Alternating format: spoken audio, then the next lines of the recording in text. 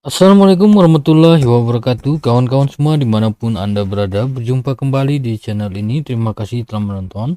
Pada video kali ini kembali lagi kita akan membahas soal CAT untuk Badan Ad Hoc persiapan Pilkada tahun 2024 ini. Langsung saja kita ke soalnya. Soal nomor 26. Sebelum melaksanakan penghitungan suara, KPPS menghitung kecuali titik-titik.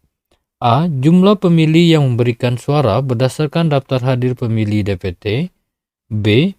Jumlah suara sah dan tidak sah yang digunakan. C. Jumlah pemilih yang memberikan suara berdasarkan daftar hadir pemilih DPTB. D. Jumlah surat suara yang tidak terpakai. E. Sisa surat suara cadangan. Jawaban yang tepat untuk soal ini adalah B. Jumlah suara sah dan tidak sah yang digunakan. Karena jumlah suara sah dan suara tidak sah itu dihitung setelah pelaksanaan penghitungan suara. Kita lanjut ke soal nomor 27. Berikut ini yang bukan merupakan syarat formil adalah A. Identitas pelapor atau pihak yang berhak melaporkan. B. Pihak terlapor. C. Waktu pelaporan tidak melebihi ketentuan paling lama 7 hari sejak diketahui kejadiannya dan atau ditemukan dugaan pelanggaran pemilu. D. Kesesuaian tanda tangan dalam formulir laporan dugaan pelanggaran dengan kartu tanda penduduk elektronik dan atau kartu identitas lain. E. Peristiwa dan uraian kejadian. Jadi jawaban yang tepat untuk soal nomor 27 ini yang bukan merupakan syarat formil adalah E. Peristiwa dan uraian kejadian.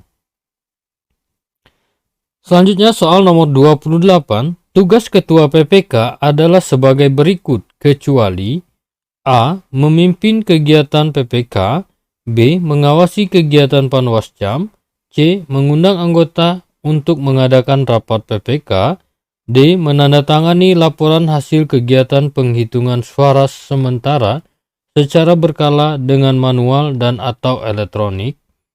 E. Melaksanakan kegiatan lain yang dipandang perlu untuk kelancaran penyelenggaraan pemilu sesuai dengan kebijakan yang ditentukan oleh KPU Kabupaten Kota.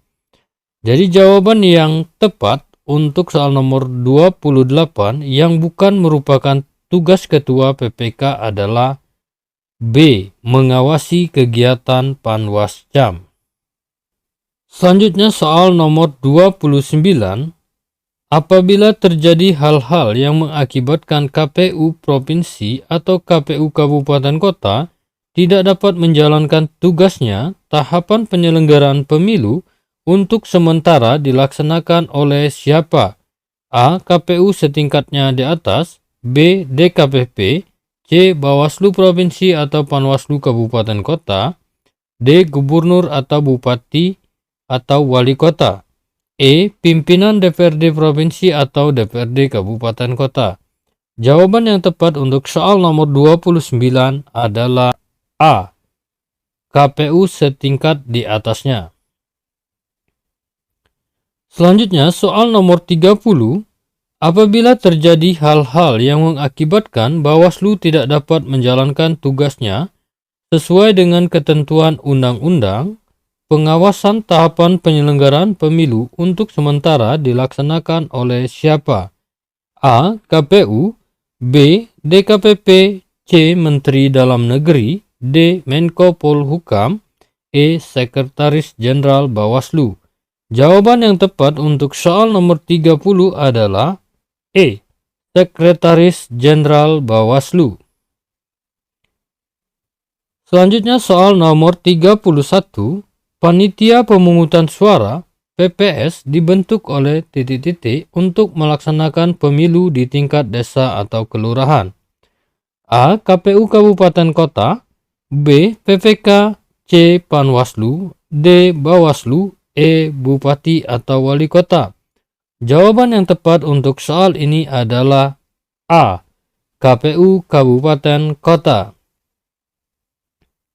Soal nomor 32, warga negara yang memenuhi syarat sebagai pemilih dan tidak memiliki identitas kependudukan dan tidak terdaftar dalam DPS, DPS hasil perbaikan, DPT dan daftar pemilih tambahan, maka warga negara tersebut didaftarkan dalam A. DPT, B. Daftar pemilih tambahan, C. Daftar pemilih khusus, D. Tidak dapat dimasukkan ke dalam daftar pemilih manapun. E. Semua jawaban salah. Jawaban yang tepat untuk soal nomor 32 adalah D. Tidak dapat dimasukkan ke dalam daftar pemilih manapun. Kita lanjut ke soal nomor 33. Pemilih yang berhak mengikuti pemungutan suara di TPS adalah A. Pemilih yang terdaftar pada DPT di TPS yang bersangkutan, B. Pemilih yang terdaftar pada daftar pemilih tambahan, C. Pemilih yang tidak terdaftar pada DPT dan daftar pemilih tambahan dan memiliki identitas kependudukan setempat, D. Semua warga negara Indonesia yang berdomisili di TPS bersangkutan, E. Jawaban A, B, dan C benar. Jadi jawaban yang tepat untuk soal nomor 33, pemilih yang tidak berhak mengikuti pemungutan suara di TPS adalah E. Jawaban A, B, dan C benar. Kita lanjut ke soal nomor 34. Sentra Penegakan Hukum Terpadu yang selanjutnya disebut Gakumdu adalah pusat aktivitas penegakan hukum tindak pidana pemilu yang terdiri atas unsur kecuali A. Bawaslu, B. Kepolisian Resort, C. Komisi Pemilihan Umum, D. Kejaksaan Agung Republik Indonesia, E. Kejaksaan Tinggi dan atau Kejaksaan Negeri. Jawaban yang tepat untuk soal ini adalah D. Selanjutnya soal nomor 35. Laporan dugaan pelanggaran pada setiap tahapan penyelenggaraan pemilu dapat disampaikan oleh kecuali A. Warga negara Indonesia yang mempunyai hak pilih, B. Setiap warga negara Indonesia, C. Peserta pemilu, D. Pemantau pemilu. E, A, dan D benar. Jadi jawaban yang tepat untuk soal nomor 35 adalah B. Laporan dugaan pelanggaran pada setiap tahapan penyelenggaraan pemilu itu dapat disampaikan oleh warga negara Indonesia yang mempunyai hak pilih, kemudian peserta pemilu atau pemantau pemilu. Jadi tidak setiap warga negara Indonesia itu berhak melaporkan dugaan pelanggaran pada tahapan penyelenggaraan pemilu. Selanjutnya soal nomor 36. Lokasi pemasangan alat peraga kampanye dilarang berada di kecuali A. Tempat ibadah termasuk halaman, B. Rumah sakit atau tempat pelayanan kesehatan, C. Gedung milik pemerintahan, D. Lembaga pendidikan, gedung dan sekolah, E. Tempat yang menjadi milik perseorangan atau badan swasta. Jadi jawaban yang tepat untuk soal nomor 36 ini adalah E. Tempat yang menjadi milik perseorangan atau badan swasta itu didapat dilakukan pemasangan alat peraga kampanye, namun terlebih dahulu harus mendapat izin dari yang memiliki tempat tersebut. Selanjutnya soal nomor 37. Jumlah surat suara yang dicetak sama dengan jumlah pemilih tetap ditambah dengan titik-titik dari jumlah pemilih tetap sebagai cadangan.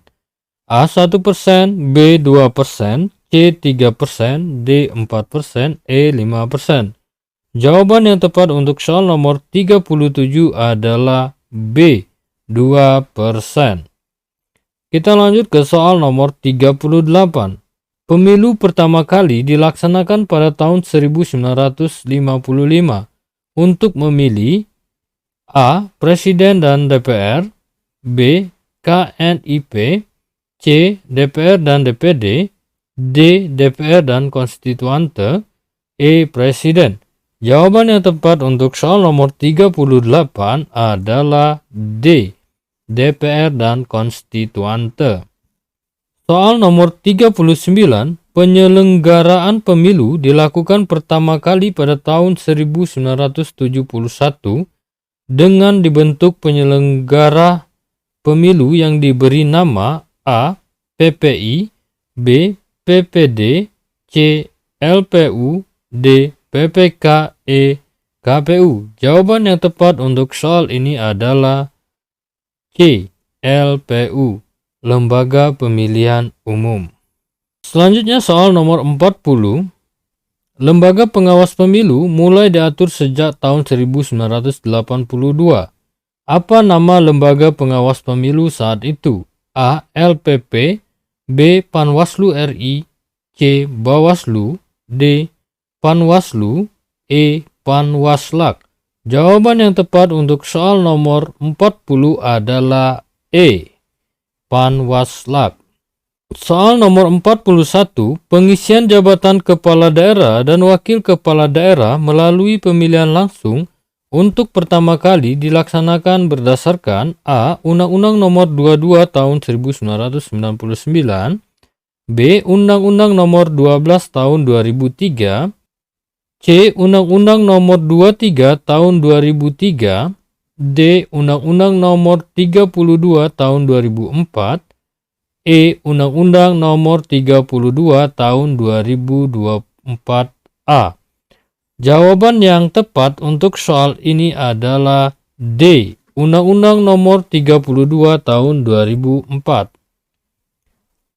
Selanjutnya soal nomor 42, untuk menunjang kelancaran pelaksanaan urusan pemerintahan umum di provinsi dan kabupaten kota dibentuk Forkopimda. Anggota Forkopimda terdiri dari unsur sebagai berikut. Kecuali A. Pimpinan DPRD, B. Pimpinan kepolisian, C. Pimpinan kejaksaan, D. Pimpinan satuan teritorial TNI di daerah, E. Pimpinan lembaga penyelenggara pemilu di daerah. Jawaban yang tepat untuk soal ini adalah E. Pimpinan lembaga penyelenggara pemilu di daerah.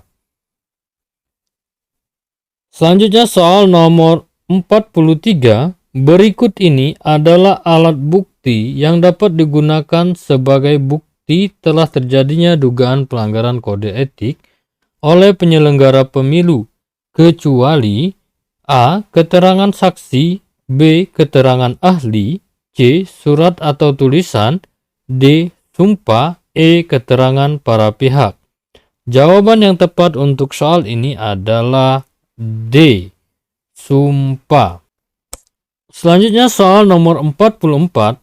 Dalam melaksanakan prinsip mandiri, penyelenggara pemilu harus bersikap dan bertindak sebagai berikut, kecuali A. Netral atau tidak memihak terhadap partai politik, calon, pasangan calon, dan atau peserta pemilu.